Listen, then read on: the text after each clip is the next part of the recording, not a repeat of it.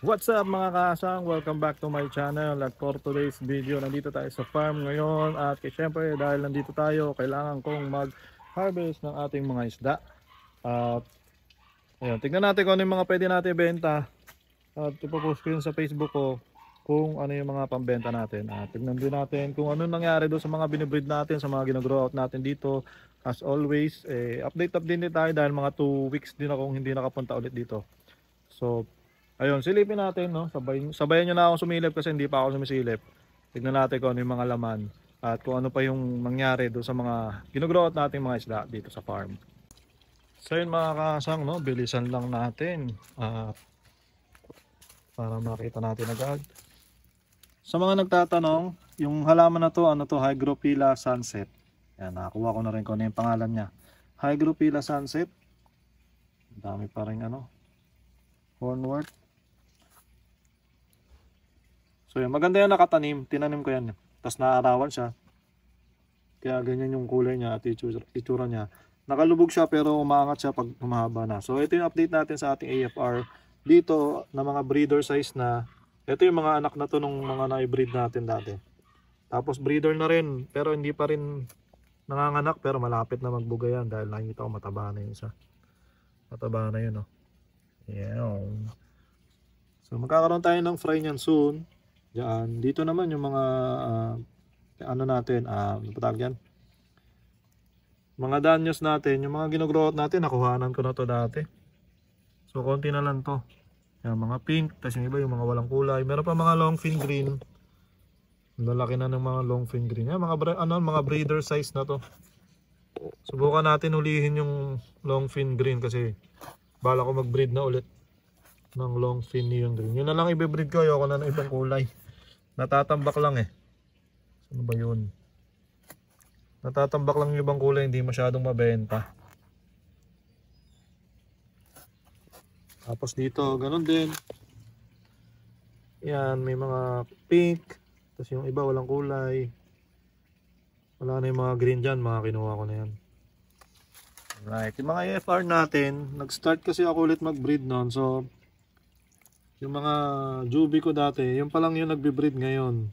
At yun pa rin yung makikita mo dito. So ito, meron ako dito. Ang daming male. Kailangan yata natin magbawas ng male dito.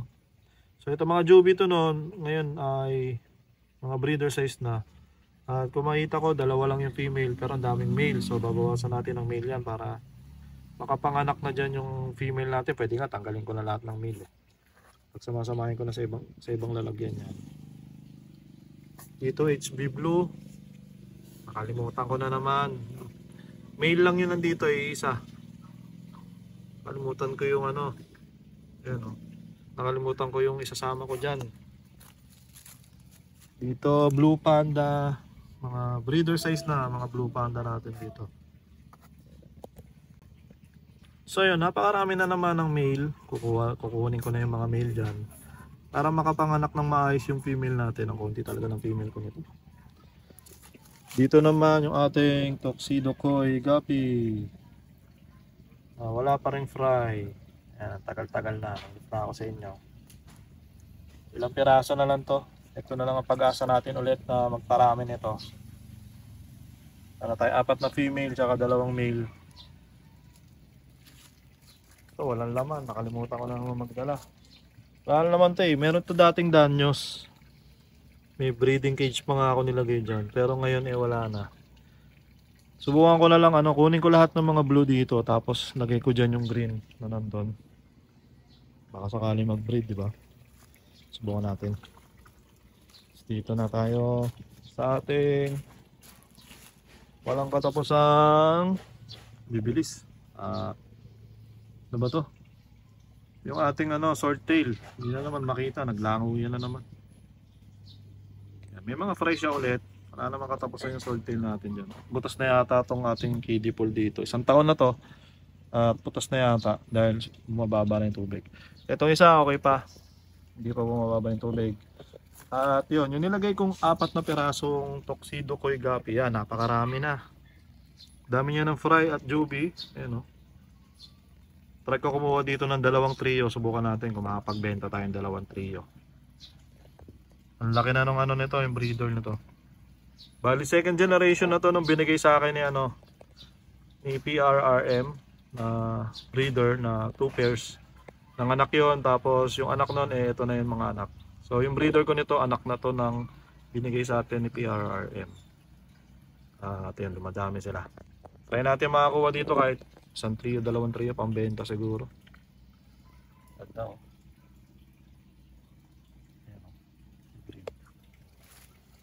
Saan na tayo? Dito naman. Ito, gusto ko tong dumami ng dumami. Yung mga blue, red balloon platy natin. Blue tuloy. Red balloon platy. Ayan, ang dami nila. Pero hindi pa ganun karami. Kasi kinuhanan ko to na nakaraan. Ayan o. Pero ang dami niyan. Ayan, may mga fry. At hindi ko muna gagalawin to dahil gusto ko paramihin niya na mabilis. So, ayan ko lang dyan yung mga yan. Dami na yan. Mga 100 pieces na rin yan. Sama yung mga fry ah. So, kaya ko lang sila dito lumami kasi wala na ako ilalagay dyan. Dito naman yung crayfish. Meron tayo isang female crayfish dito na may eggs na. Buried na yan, buried. Buried. Yan. Buried na yan.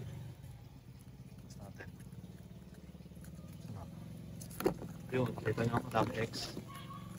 Yan, dami eggs yan. Tinintay na lang natin mag-hatch para meron tayong mga cravings ulit.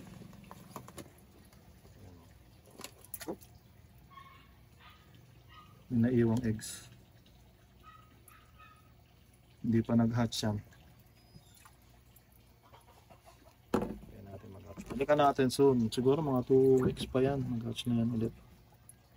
So nagtago. Ito. Ayan na natin siya. Ito sa kabila, wala yatang laman to.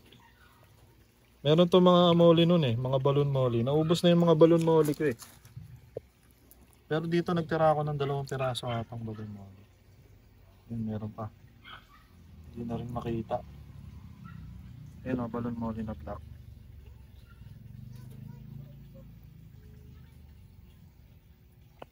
Hindi na dumami. Yung mga natin, goldfish natin. Ito. Hindi pa rin naglaki yan itong mga to. Ano kaya nangyayari dito? Ang dami pang gapis oh. Mga green cobalt na halo na yata to. Naging chops na ng green cobalt tsaka ng blue panda. Tapos yung mga goldfish natin maliliit pa rin. Hindi ko lang kung makakuha ako dyan. Parang di ako makakuha ngayon dito. Maliliit pa eh. Siguro kuha ako mga 5. Kung may kulay, kukunin ko na yan kasi magbebenta na natin yung mga may kulay. Ito naman tayo. Dito marami akong blue panda guppies na fry. Ngayon, fry pa din. Lumaki na ng konti. Ayan, madali na sila makita. Pero hindi pa siya juvie size. So, ayan lang natin. Yan lang muna natin sila dyan. Dahil maliliit pa sila. Dito sa kabila, blue panda din. Mga juvie size na yata to. Yan, may mga kulay na. Kita nyo ba? Yan, may mga kulay na. Pero hindi pa rin good size para ibenta. So, hindi ko lang makakabenta na tayo nito. Ang dami nag-aantay nito kasi yung female, wala kang female eh. Ito, green cobalt. Dami pa rin tayong green cobalt. Yun, oh. Kita nyo ba guys? Hindi nyo kita eh. Yan, green cobalt. Dami oh. What? Hey, dami. Hey, pa isang batcha pa yan. Puro green cobalt yan. Kukuha ko niya kasi wala na ako stock. Yeah. Dito naman yung red balloon platy natin. Yan, napakaraming fry. Alright. Dami pa dito. Dito nagsimula talaga yan eh. Tapos ito, yan, may nakikita na mga fry. Ang ating albino full red. Meron ako dito. AFR. Ayan o.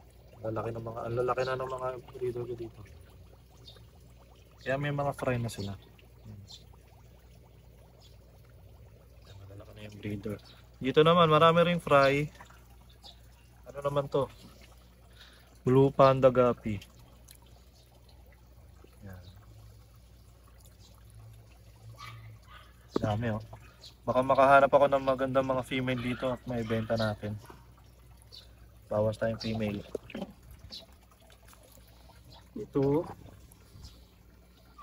Ito pinaparami ko ulit kasi halos naubusan na to halos kumonti na sila. Yung mga green cobalt. Konti na lang to. Hindi na siya kagaya dati. Ito yung pinakamarami dati. So marami pa rin namang fry. So hintayin ko na lang dumami yan. Ito yung red balloon platin natin. Ang dami na namang fry.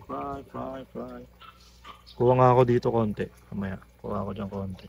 Marami namang fry na So kukunin ko na yung mga breeder size. Siguro mga 10 o 20 pwede na yan. 500 pesos na rin yun. At yung crayfish natin. Nilagay ko dito yung crayfish natin sa bahay na malaki na female. Kasi wala naman akong male doon. Nilagay ko na nga pala dito yun. So hintayin natin bali meron ditong trio ngayon. Matago kasi.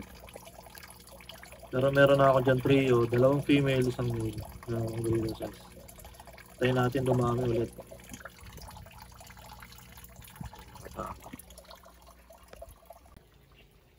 Tapos yung AFR natin dito, nung nakaraan nakita ko to na may mga fry. Pero ngayon parang hindi ko na makita yung mga fry niya. Hindi ko alam kung ano nangyari. Pero andyan pa rin yung mga breeder. Ayan, makikita nyo, tataba pa rin yan. So magbe-breed pa rin naman yan at manganganak pa rin yan. Pati dito sa kabila, wala na akong makita mga fry dito. Hintayin na lang natin ulit kung dadami pa sila dyan. Masyado yata malaki yung lalagyan natin. So yung mga kasangin, muna ang update ko ngayon at samahan nyo ako ulit sa susunod na aking update sa aking pagbisita dito sa aking maliit na mini farm. So yun, maraming salamat. Tapusin ko na muna ang video na to. Peace out.